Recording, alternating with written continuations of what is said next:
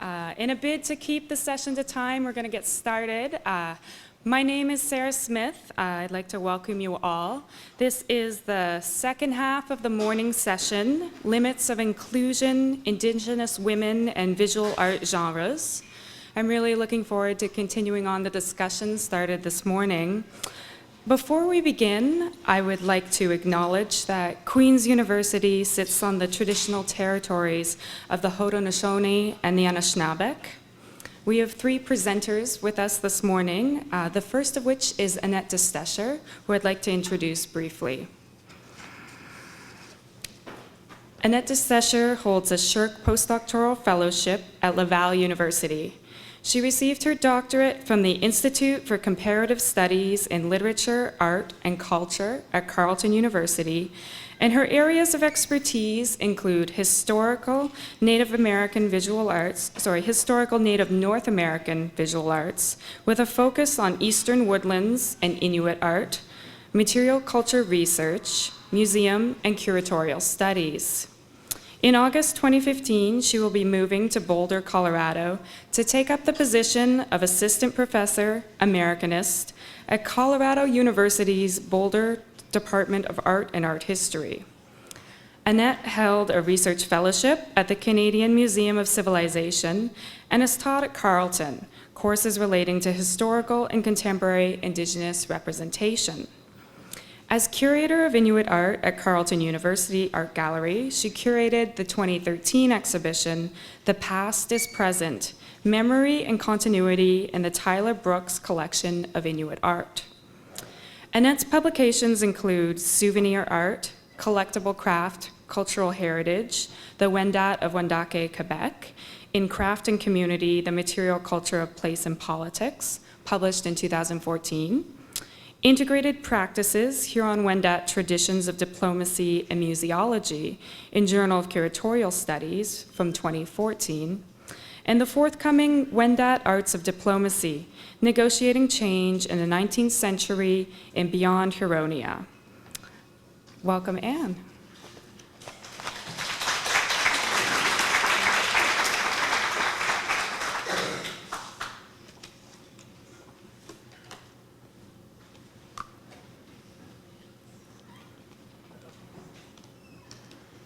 Well, good morning, everybody. I should stand here. Can everybody hear me now? Yes. Good morning, everyone. And I would like to thank you for being here. And I also would like to begin by acknowledging the Haudenosaunee, Algonquin, and Anishinaabe nations whose territories we stand on today. And I would like to thank Queen's University and the Agnes Etherington Center for hosting us, and for CWAHI for all the organizing and preparing that went into making this wonderful event possible. And then the last people I want to thank are the Wendat community who helped me so much with my research. Linda Siwi and Michelle Savard and many of the women who are experts in moose hair embroidery who have given me so much information and help over the years. So I want to open by saying what a strong theme this is for the conference, to broaden our understanding of what counts as self-representation. And from the perspective of Western art history, this is about seeing and understanding things differently. The conference signals important changes, and the inclusion of a ceremonial headdress such as this one by Wendat artist Caroline Gros of the Wendat First Nation of Wendake, Quebec, demonstrates it. This inclusion recognizes Indigenous voice and values, and it gives us an opportunity to learn about what's important aesthetically and spiritually and socially to the Wendat Nation historically and today. The other thing is, it recognizes, and it's something I'll be talking about all the way through, is the importance of Wendat women and their cultural production to their community. So this conference opens by seeing things differently. When the headdress was collected in 1911 by anthropologist Marius Barbeau, he saw it within the salvage paradigm of the era. It was a specimen representing what was thought to be a vanishing race. Yet, in those same years that it was seen in the museum world as a objectified artifact, such headdresses continued to play an important role in the Wendat community. They were valued and worn in ceremony as a symbol of culture, identity, and nation. Today, we can see it as the vibrant expression of a dynamic culture.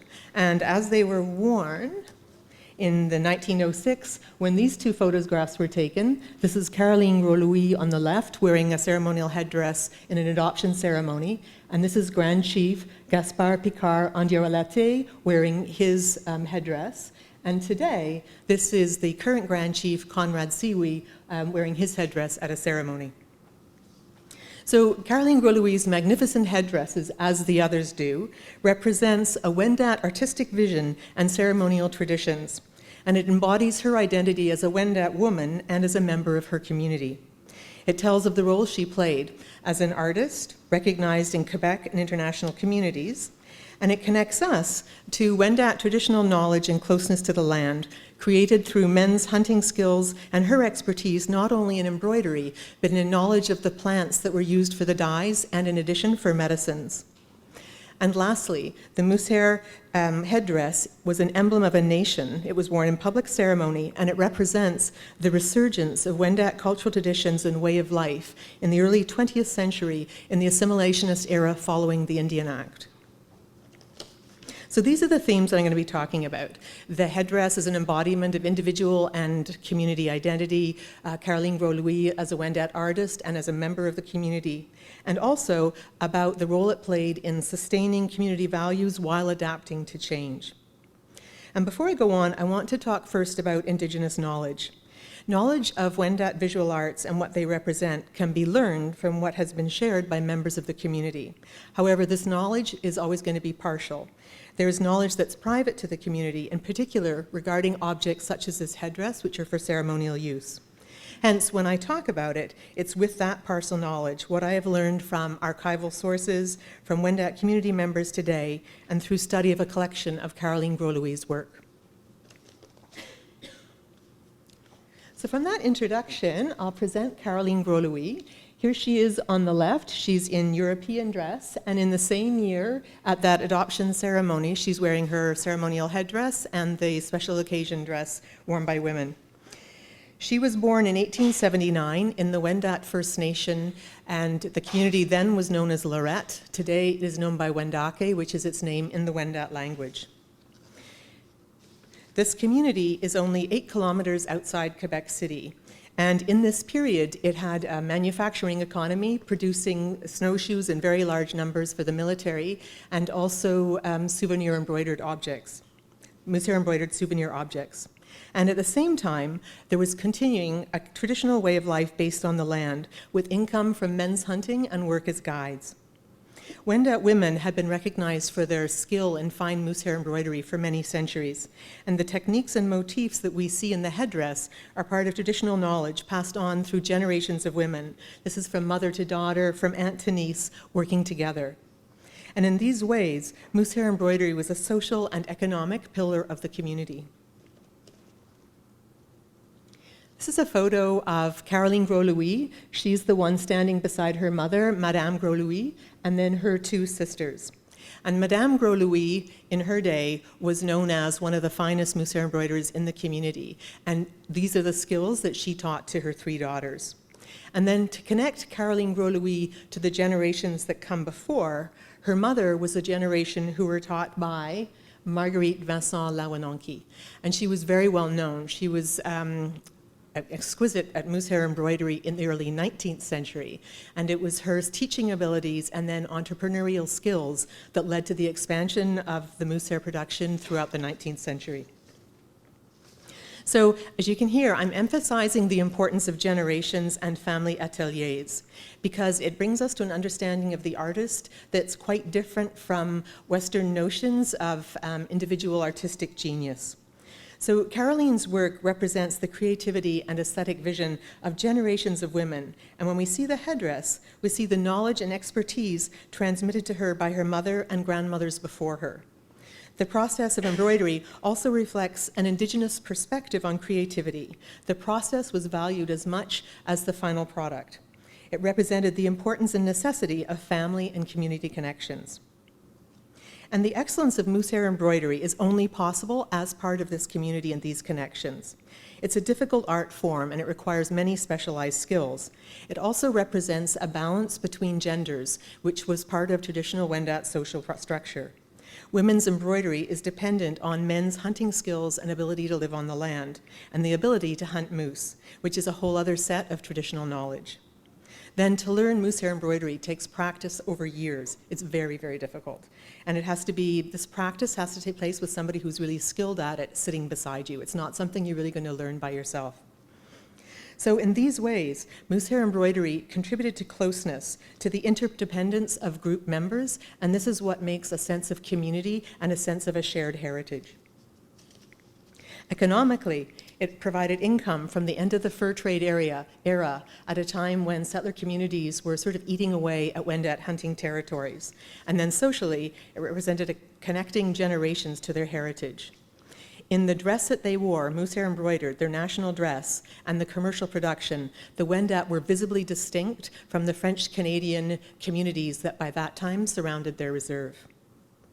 So to sum up that section, we've talked about a community understanding of the artist, embedded within generations of tradition, and the economic and social importance of moose hair embroidery. So the next thing I want to talk to you about is what can we know about the headdress's symbolic meanings contained in the materials and techniques. So this is a headdress on the left.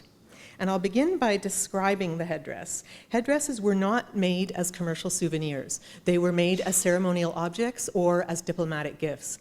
And I remain puzzled at how I think there's two actually in the Museum of History, and they were both brought by Marius Barbeau, who, as far as I know, was not adopted into the community. So it's a little mystery that they're there.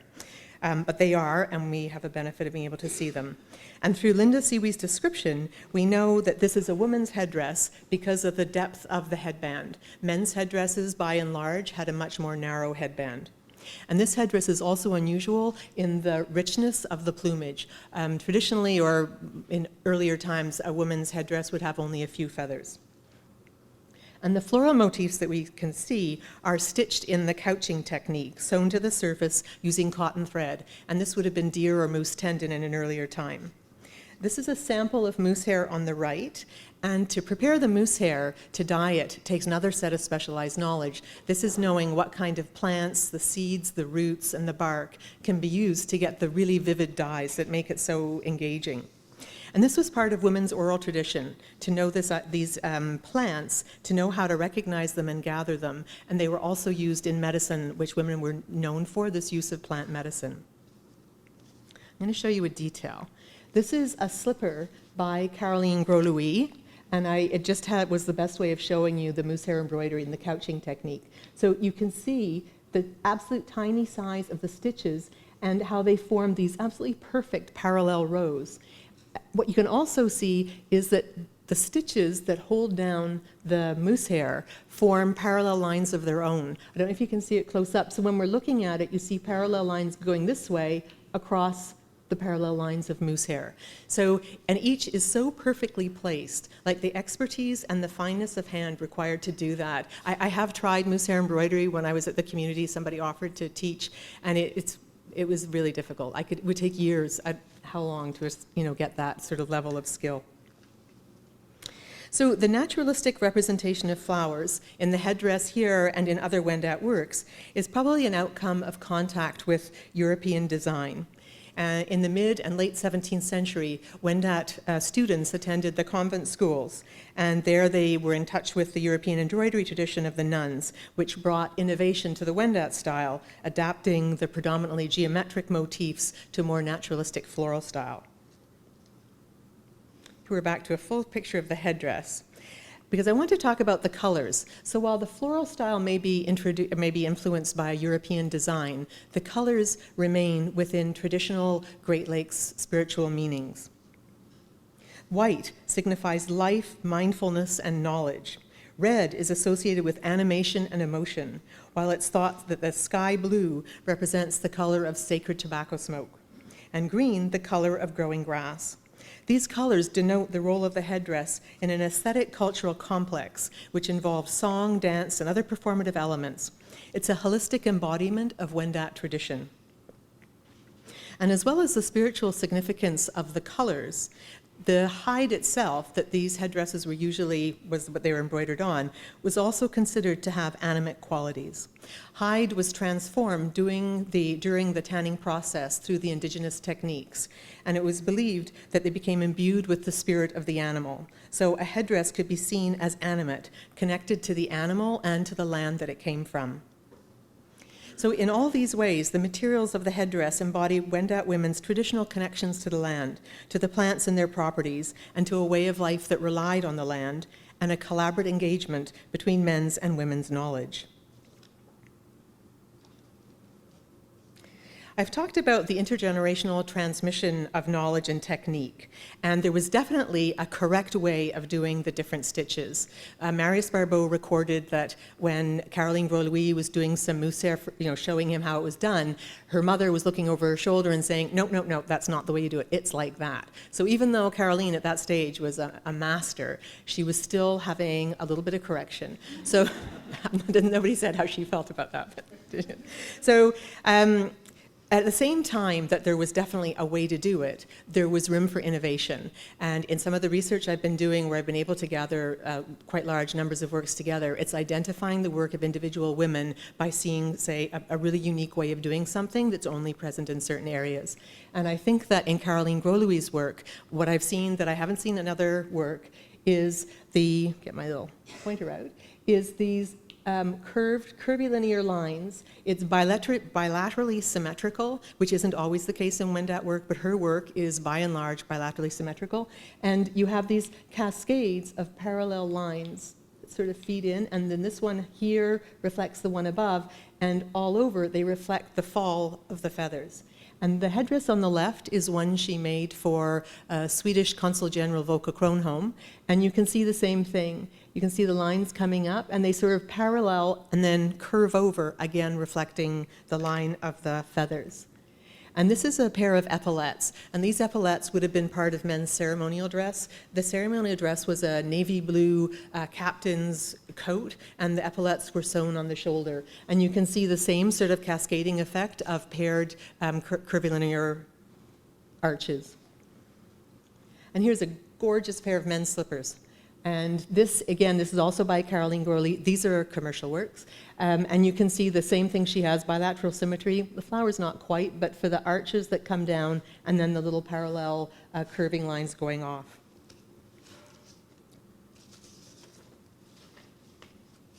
So moving from Caroline Gros role within her community, how her expertise reflects her social role as a Wendat woman, transmitting traditional knowledge that was intrinsic to Wendat identity, let's look now at her work in its public place and the part that she played. I'll show you a history of the headdress in the 19th century. There are several portraits of delegations of Wendat leaders in ceremonial state visits or community events. And these images show an interesting shift in the wearing of the headdress. These are 1825 portraits of Nicholas Vincent Sawanhohi, who was Grand Chief on the left, and then the three warrior chiefs who were part of the leadership. And you can see he's wearing a sort of a modified feather headdress. The chief on the left, who I believe is Michel Siwi Sachiondel, is wearing a full magnificent headdress. The man in the middle is wearing a beaver felt hat with feathers. And then the one on the right, André Romain, is just got the modified headdress. And they wore these outfits on a meeting they had in Windsor with George III, who they visited with the express intention to talk about problems with Wendat land encroachment and the agreements and treaties that weren't being respected. So this was their ceremonial outfit. But you can see here, so part of it's very traditional, and part is wearing the hat that was sort of borrowed from European dress. And this is a tableau portrait from an adoption ceremony in 1838. And in this one, all the chiefs are wearing the beaver felt hat, except for one in the back here. And that is Zachary Vincent, Chief Zachary Vincent. And he was known at the time in the community as a traditionalist. And he was really resisting the appearance of European clothing and other sort of, I don't know, he saw them as encroachments in the community. What I think is it probably was the European influence, but also I wonder if in negotiating with other nations, wearing items of clothing from that nation was a way of building links and connections and sort of facilitating any kind of engagement. So I'm not sure it was entirely about, overwhelming European influence. I think it was probably a strategic decision, if you're going to go into negotiations, that you be wearing something that sort of says, yes, we are, coming across to your side, you're coming to our side. So I see it could be that way as well. However, there's a change. Here we are, 1880, and this is a delegation of 30 Wendat men and women to greet the new lieutenant governor when he just arrived. And all the men are wearing full feather headdresses, which was a significant shift.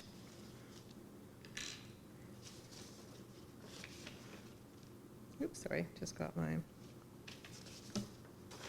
And then the one coming up to the adoption of Voka Kronholm in 1906, he's wearing the headdress, as is Caroline, and this is the moose hair embroidered outfit that she made for him as a diplomatic gift for his adoption. And the ceremonial adoption was a way that the Wendat community recognized members of other nations who had helped them in some way, and it was also a way of building connections with leaders of other nations. So it was definitely a diplomatic strategy that the Wendat had used for centuries. So you can see both of them wearing the full headdresses there. There's the one thing I don't have a picture to show you, and that's the Sagamite feast.